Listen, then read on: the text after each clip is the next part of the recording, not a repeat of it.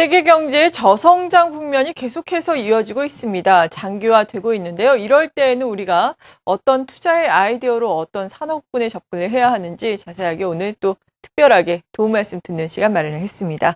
KDB 대우증권의 이정민 연구원 연결해 보겠습니다. 안녕하세요. 네, 안녕하세요. 네, 일단 리포트 제목이 보니까 G2 제로섬 시대의 서막이라고 되어 있던데요. 네. G2 제로섬 시대라는 게 어떤 겁니까?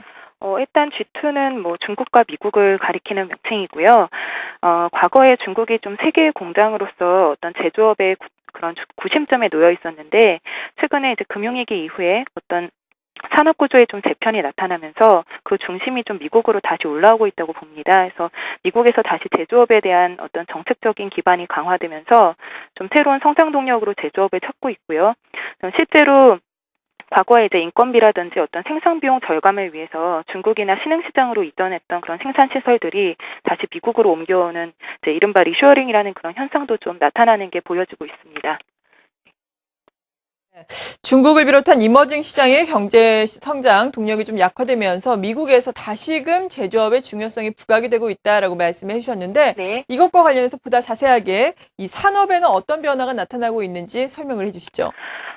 크게 산업을 말씀드리기 전에 좀 매크로적으로 설명을 드려야 될 것 같은데요.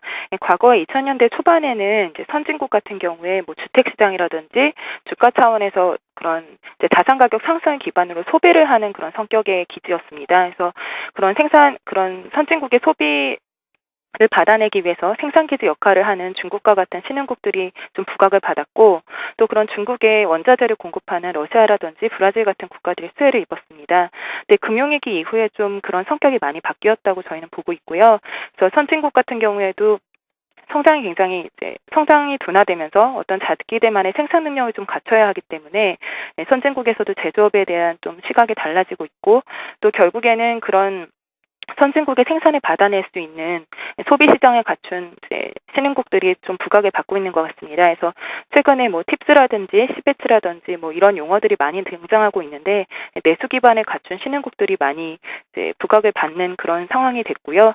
그래서 따라서 산업 측면에서도 이제 그런 제조업 측면을 좀 다시 살펴봐야 할 것 같고, 거기에 따라서 이제 미국으로 그런 제조업 기반이 옮겨지면서 국내가 받을 수 있는 수혜주 차원에서도 좀 관심이 높아지고 있는 그런 상황인 것 같습니다. 미국의 제조업이 이렇게 부활을 하게 된다면은 글로벌 경제라든지 산업의 구조에는 전반적으로 어떤 영향을 미치게 될 것으로 예상이 됩니까? 일단 미국 쪽에 GDP에서 차지하는 제조업 비중이 굉장히 낮아졌습니다. 원래 과거에는 제조업이 굉장히 중심이 됐다가 1970년대 이후에 서비스업으로 좀 재편이 되면서 점차 그런 제조업의 비중이 낮아졌는데요. 최근 이제 오바마 정부라든지 2010년부터 굉장히 정책적으로 제조업 드라이브를 걸면서 아주 소폭이긴 합니다만 제조업의 비중이 좀 반등하는 모습이 나타났습니다.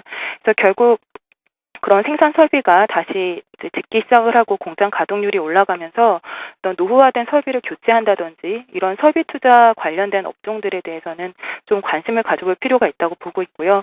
이제 중국 쪽에 대해서는 그런 중국 쪽의 생산 기반이 완전히 다 빠져나가는 건 사실 아닙니다. 그래서 과거에 전통적으로 섬유나 방직 같은 노동 집약적인 산업들은 이제 동남아시아 쪽 다시 인건비가 좀 싼 시장으로 빠져나가고 있는 반면에, 중국 쪽에서는 다시 산업 구조가 좀 고도화되는 이제 과도기에 있기 때문에 서비스업이라든지 R&D라든지 좀 고도화된 그런 전략을 가지고 다시 중국 쪽으로 들어가는 기업들이 늘어나고 있는 것 같습니다. 그래서 그런 이제 글로벌 트렌드를 한번 이제 주목해 보시면 될 것 같습니다. 그러면 이런 트렌드에 맞춰서 국내에서는 미국의 설비 투자 관련 업체에 좀 주목을 해보면 되는 건가요? 국내에 주목해 볼 만한 업체들, 기업들 좀 소개를 해주신다면 어떨까요? 예, 향후에 그런 미국으로의 리쇼어링이 아직 메가 트렌드라고 보기는 어렵습니다. 이제 조금씩 변화가 나타나고 있는데, 그런 리쇼어링 현상이 좀 본격화된다면 앞서 말씀드린 대로 생산 시설을 새로 짓는다거나 공장 가동률을 높이기 위해서 새로 설비가 들어간다거나, 또는 이제 최근까지는 제조업에 대해서 그렇게 많은 투자를 하지 않았었기 때문에 과거에 노후화된 그런 설비를 교체하는 수요가 일어날 걸로 보고 있습니다. 그래서 제조업 생산시설이나 신규 설비에 대한 투자는 뭐 당연히 필연적으로 높아질 수밖에 없고요. 거기에 관련된 수혜주로는 이제 공작 기계라든지 금속 가공품 같은 그런 관련 제품의 수요가 늘어나면서 기계 업종이 좀 수혜를 받을 걸로 보고 있습니다. 그래서 국내 수혜주를 저희는 한 9개 정도로 꼽아보고 있는데요. 뭐 라지캡 같은 경우에는 두산 인프라코어나 LS 정도가 이제 들어갈 수 있겠고요. 또 이제 산업용 피팅 업체들이 있습니다. 그런 거는 이제 성광밴드나 태광 같은 업체들이 그런 수혜를 받을 수 있을 것으로 보고, 스몰캡 쪽에서는 뭐 피팅 밸브나 롤러, 그다음 유정용 관관, 뭐 시외가스와 관련해서 그런 수송 관관을 생산하는 설비들, 업체들, 그다음 다이아몬드 공구 소재 같은 거를 이제 생산하는 업체들, 그래서 진성 TC나 디케이라, 일진다이아, 우림기계, 휴스틸 같은 것들을 저희 수혜주로 제시하고 있습니다.